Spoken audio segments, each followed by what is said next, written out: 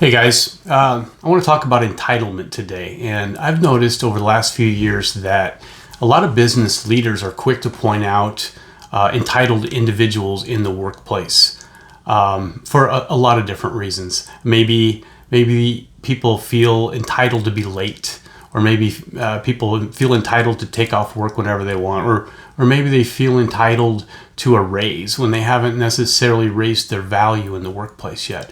There's a lot of ways that it plays out with people feeling entitled these days in the workplace. And while I think maybe it is a little bit overplayed, there is something to it as well. There really is something going on. And so I wanted to make this video just to give some tips on maybe as a leader, what we could do better in the workplace to help our younger people that might have a feeling of entitlement, to help them get back on track the best we can. Now we can point fingers at them. We can fire them and try to hire people that aren't entitled and blame a different generation. But I'm not sure that's really constructive for us. I think the best thing that we can do is probably try to learn how they think, how they operate, and really try to help them and put the best practices we can in our workplace, in our leadership, so that we can make the best of the situation, because it's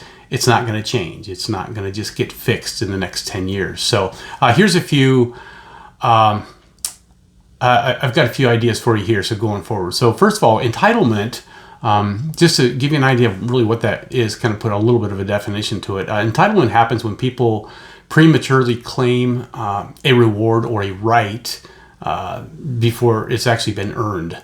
And so it's kind of a violation of the principle of sowing and reaping. So if you think of the principle of sowing and reaping, you sow first and you reap second. You think of farmers, sowing in the springtime and reaping in the fall. And it really is just a universal principle. It means hard work has to come first, and then the rewards come second. And really, in some ways, entitlement is when you want to reap first before you sow. And so entitlement comes when you believe that you're entitled to something, even though you haven't necessarily done anything to earn it yet. Or maybe in your own mind you have, but not according to the person you're working for. And so that kind of gives you a hint at maybe what the problem is that we're going to talk about. So it's a violation of the principle of reaping, sowing and reaping. So we'll talk about how that plays in a few minutes here. So what are we missing, in the workplace? What are we missing that we could do better? How can we help our young people to figure out how to put responsibility before entitlement instead of entitlement before responsibility? So I've got 5 things here that I want to discuss that I think will really help if you really apply these in the workplace. So the first thing that I can think of is purpose.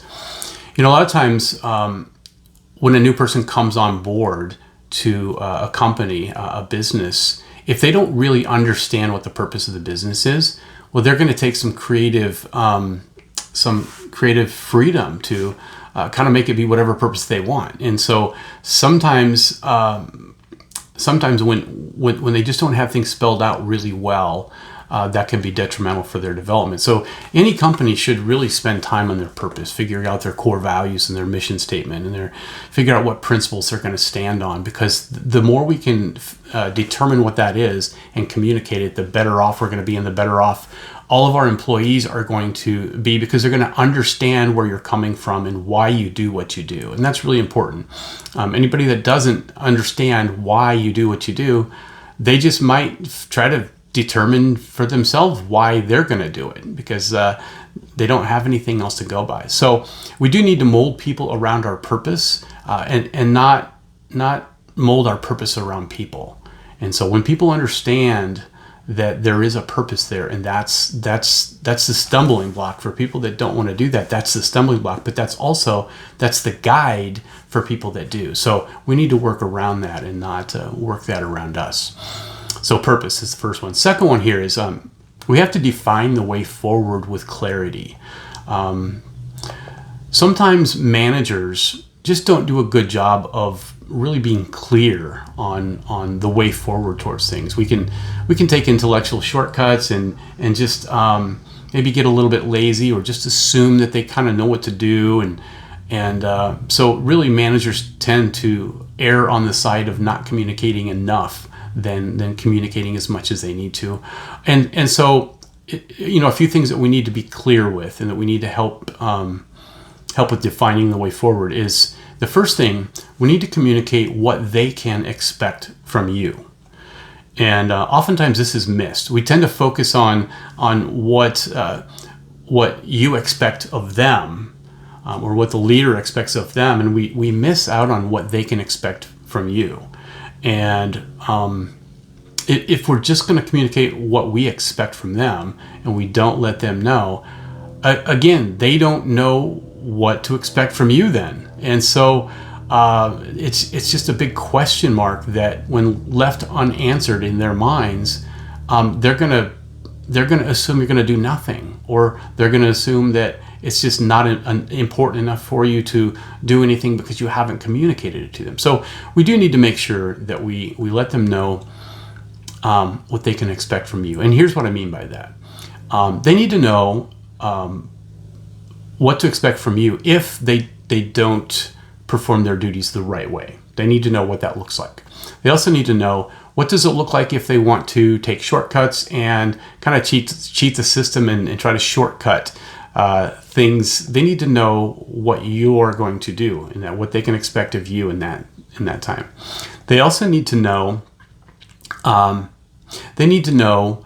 what they need to do, and they need to get good training, and they need to know what to expect from you. What's that training going to look like? Are you going to just kind of dump them with some random person and have them train for 2 days and then sink or swim? Or is there an extensive process that you're going to take them through? They really do need to know that. And in addition to learning what they can expect from you and what you expect from them, they also need to understand how it benefits all parties. That's really important, because if you don't communicate how it benefits all parties, they're going to have a hard time really framing a win-win situation.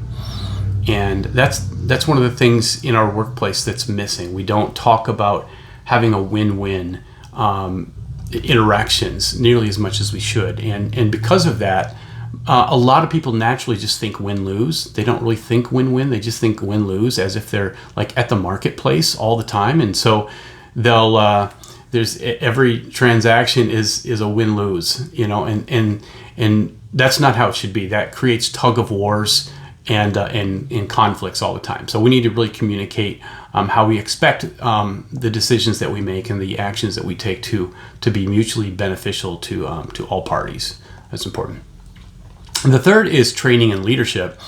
We need to teach responsibility and empowerment, not obedience and compliance. Now, most of the time in training in the workplace, especially if you're working with blue-collar workers, the temptation is just to teach them what to do, to teach them what rules to follow and what standards they need to hit, and how to comply with those. And that's an important thing to teach, but that's not the most important thing. See, if we teach responsibility and empowerment first, responsibility is helping them understand that this is up to them to do it. They need to own the results, not just do some actions while you own the results. They need to own the results as well. And then empowerment, they need to understand that they're trusted with something, that they don't just have to come to you and ask for permission to do everything, that you're going to actually trust them and help them have the confidence to be able to make some decisions and take ownership of that. So those are really important. Another thing with the training and leadership is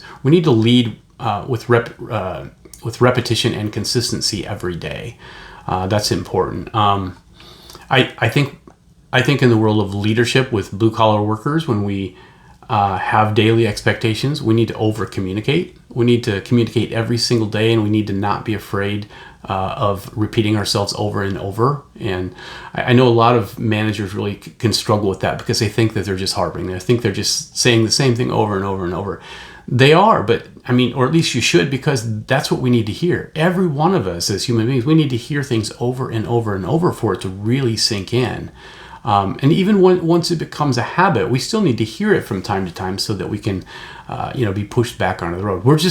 Human beings are like batteries. They wear down and they need to be recharged. And so it's really important that we hit that on a regular basis.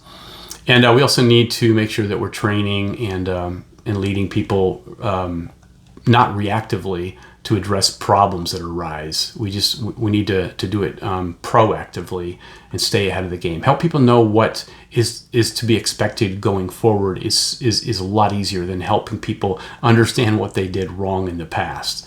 But unfortunately, a lot of managers will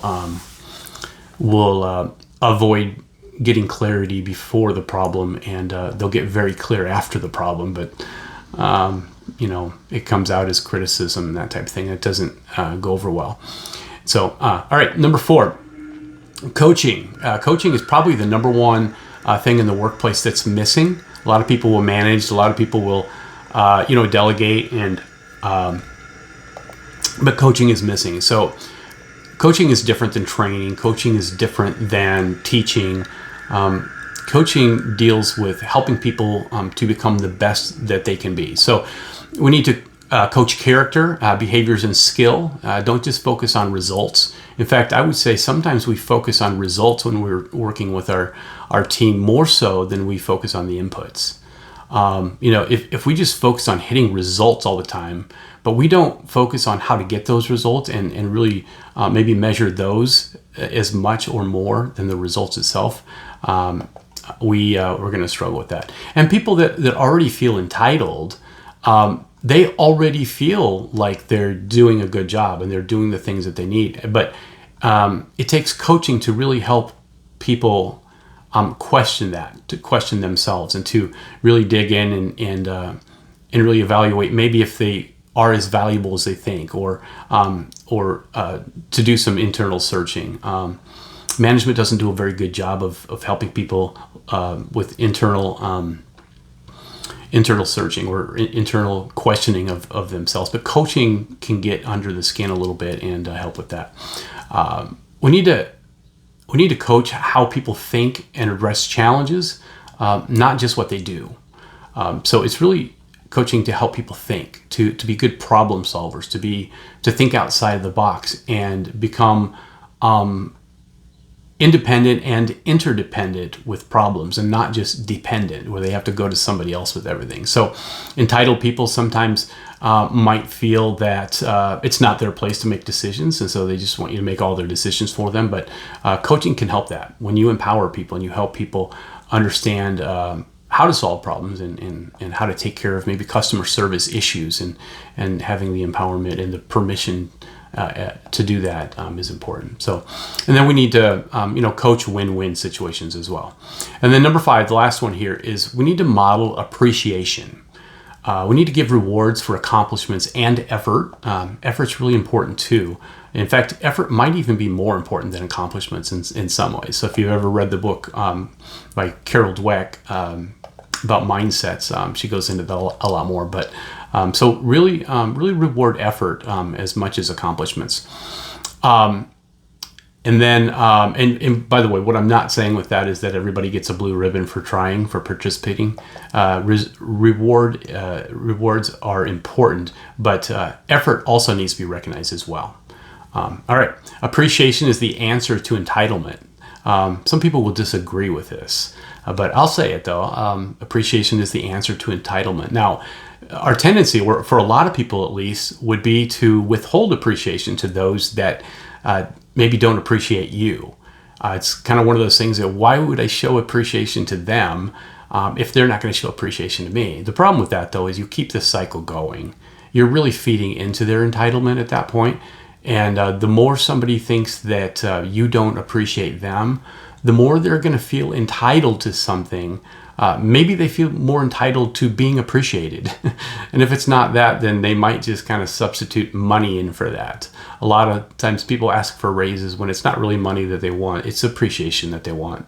But either way, entitlement is an empty space that needs to be filled by something, and we can point fingers at them, and we can try to help them see how maybe self-centered they might be and all of that. But really, What if we just try to help them understand it better? What do you try to help them, move them along, and get them to a place where they're thinking a little bit different, and then maybe we'll see their entitlement start to wane a little bit, and as they get healthier and healthier. So anyway, I hope this helps. So I'll see you in the next video.